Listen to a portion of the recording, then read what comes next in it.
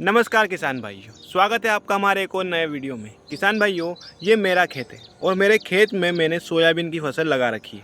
ये 3 एकड़ का खेत है किसान भाइयों। और मैं आपको बता दूं कि सबसे बड़ी चुनौती मेरे सामने क्या है। सबसे बड़ी चुनौती किसान भाइयों मेरे सामने ये है, जहाँ पर ये देखिए आप हैं उसमें छेद पड़ चुके हैं। अब इन छेद से कैसे निपटे, यानी कि हमारे सोयाबीन में इल्ली का प्रकोप आ चुका है, जिसकी वजह से आप देख सकते हैं कि इसमें बहुत ही कम डाले लगे हुए हैं। ये बहुत ही कम सोयाबीन लगी हुई है। तो किसान भाइयों, इसे हम किस तरीके से बढ़ा सकते हैं, आज इस वीडियो में इसी बात पर बात करने वाले हैं। किसान भाइयों, जैसे कि ये देख सकते हो कितनी कम सोयाबीन लगी हुई है इसके ऊपर। ये डाले ही नहीं दिख रहे, पूरा एकदम खाली खाली नज़र आ रहा है।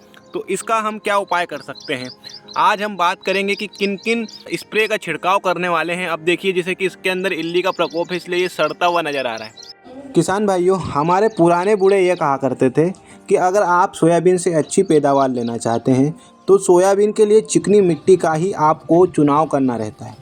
साथ में आपकी मिट्टी भारी हो, उसमें उपजाऊपन ज़्यादा हो, न्यूट्रिएंट्स की मात्रा ज़्यादा हो, अच्छे जल निकास वाली मिट्टी होनी चाहिए जहाँ पर जल का ठहराव ना हो। क्योंकि किसान भाइयों, जहाँ पर जल का ठहराव हो जाता है वहाँ पर कीट पतंगों का आना, इल्लियों का लगना, फंगस का लगना, ये सब के लिए पानी ही जिम्मेदार होता है। ज़्यादा मात्रा में पानी किसान भाइयों, कम मात्रा में सब चलता है, लेकिन जब ज़्यादा मात्रा में हो जाता है उसकी वजह से पौधे के आसपास मच्छर बैठने लगते हैं, इल्लियाँ आने लगती हैं। और क्या करती हैं इल्लियाँ, पौधे में जो पत्तियाँ होती हैं उन्हें खाकर उनमें छेद कर देती हैं।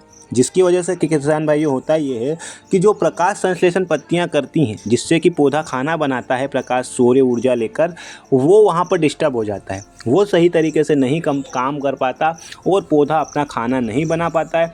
अब किसान भाइयों, आप खुद सोचिए कि अगर आपके माता पिता आपके लिए खाना नहीं बना पाएंगे तो बच्चे तो कमज़ोर होंगे। इसी प्रकार से जब पौधे की पत्तियां सही तरीके से खाना नहीं बना पाएंगी सूरज की ऊर्जा लेकर, तो क्या होगा कि पौधा कमज़ोर रह जाएगा, उसमें पोषण की कमी होगी और उसकी वजह से जो फुटाव आना चाहिए, पत्तियों पर जो चमक रहनी चाहिए, वो भी गायब हो जाती है।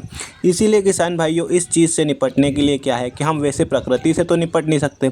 जब बारिश होगी तो बारिश होगी, बारिश को हम रोक तो नहीं सकते, लेकिन हम इसको अलग तरीके से रोक सकते हैं। यानी कि खाद का छिड़काव कर सकते हैं इसमें, और हम कुछ स्प्रेस का इस्तेमाल कर सकते हैं जिससे कि ना मच्छर बैठे, ना ही इल्लियों का प्रकोप हो। साथ ही खाद छीटेंगे तो खाद में जो पोषक तत्व होंगे वो क्या करेंगे, आपके पौधे को बढ़ने में मदद करेंगे। साथ ही आपके पौधे में फुटाव भी ज़्यादा देखने को मिलेगा और आपको उत्पादन भी अच्छा मिलेगा। तो सबसे पहले बात करते हैं हमें खाद कौन से छीटना चाहिए जब हमारा पौधा कमज़ोर होने लगता है। साथियों, फसल उगने के 10 से 15 दिन के बाद हमें पहला छिड़काव करना है, जिसमें कि हम NPK 19-19-19 का इस्तेमाल करेंगे 5 ग्राम प्रति लीटर के हिसाब से। साथ ही आप ह्यूमस एसिड प्राइम 15-15 का इस्तेमाल 2 मिलीलीटर प्रति लीटर के हिसाब से कर सकते हैं। इसके छिड़काव के बाद आपको अलग फ़ायदे देखने को मिलते हैं। इसका छिड़काव पौधे की जड़ों का विकास करता है, पौधों की रोग प्रतिरोधक क्षमता बढ़ाता है, पौधों की जड़ों को मिट्टी में गहराई तक ले जाने में भी इसका एक बहुत महत्वपूर्ण योगदान होता है।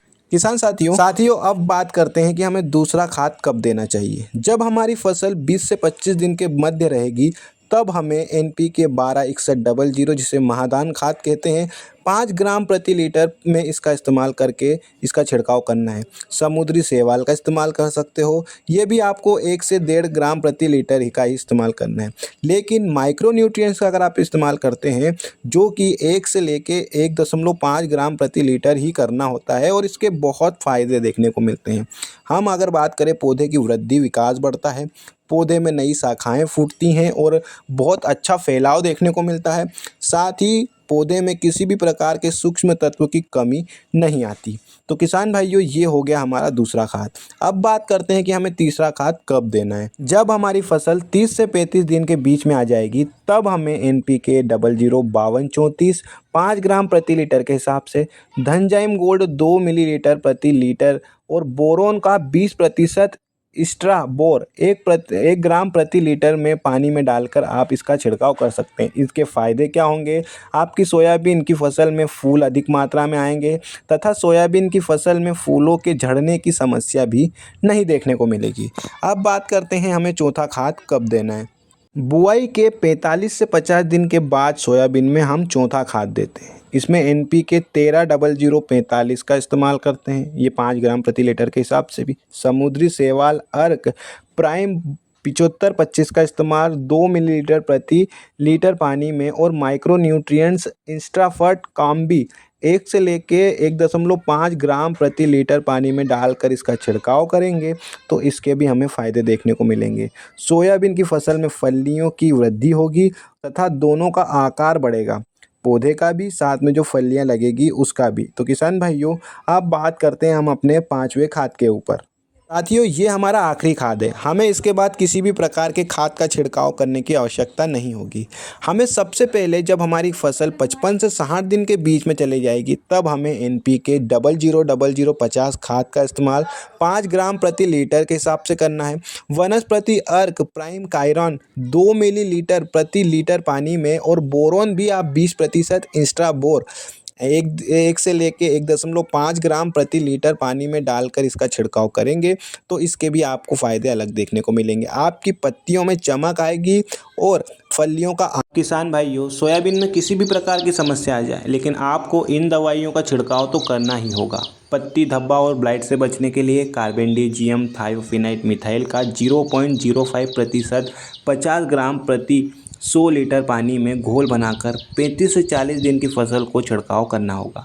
खेत में नंदीनों को रोकने के लिए बिजाई के 2-3 दिन बाद ही पेंडिमिथाइलिन का 800 मिलीलीटर को 100 से 200 लीटर पानी में मिलाकर प्रति एकड़ में इसका छिड़काव करना रहेगा। किसान भाइयों, ग्लाइसोफेट प्रतिरोध सोयाबीन की रुपाई के 24 से 30 दिन के बाद पाइथन WDG का प्रयोग पूर्व उद्भव के समय करना चाहिए। इसके बाद ग्लाइसोफेट का प्रयोग पश्च उद्भव के समय करना चाहिए।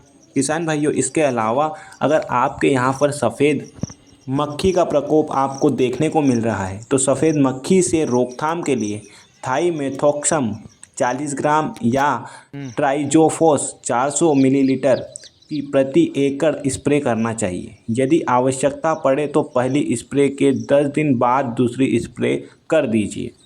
साथ ही किसान भाइयों, अगर खरपतवार आपको ज़्यादा ही परेशान कर रहा है और खरपतवार आपके लिए सिरदर्द बन गया है तो आपको खरपतवार के नियंत्रण के लिए धानुका मैक्स का सोया इस्तेमाल करना चाहिए। ये एक बहुत ही अच्छी स्प्रे की वैरायटी है जिसका कि इस्तेमाल आजकल किसान भाई सोयाबीन में स्पेशली करते हैं और उससे हमें खरपतवार पर नियंत्रण भी मिल सकता है। तो किसान भाइयों, आज का हमारा ये वीडियो सोयाबीन की फसल को किस तरीके से हम बढ़ा सकते हैं इस पर था। अगर आपको हमारा ये वीडियो पसंद आया हो तो इस वीडियो को लाइक कर दीजिए, चैनल को सब्सक्राइब कर दीजिए। बस किसान भाइयों, इतना ही चाहेंगे आपसे और मिलेंगे अगले वीडियो में एक नए टॉपिक के साथ जहां पर हम कुछ ऐसी ही नई जानकारी आपके लिए लाते रहते हैं। इसके लिए किसान भाइयों सब्सक्राइब कर देना। धन्यवाद। जय जवान, जय किसान, जय भारत।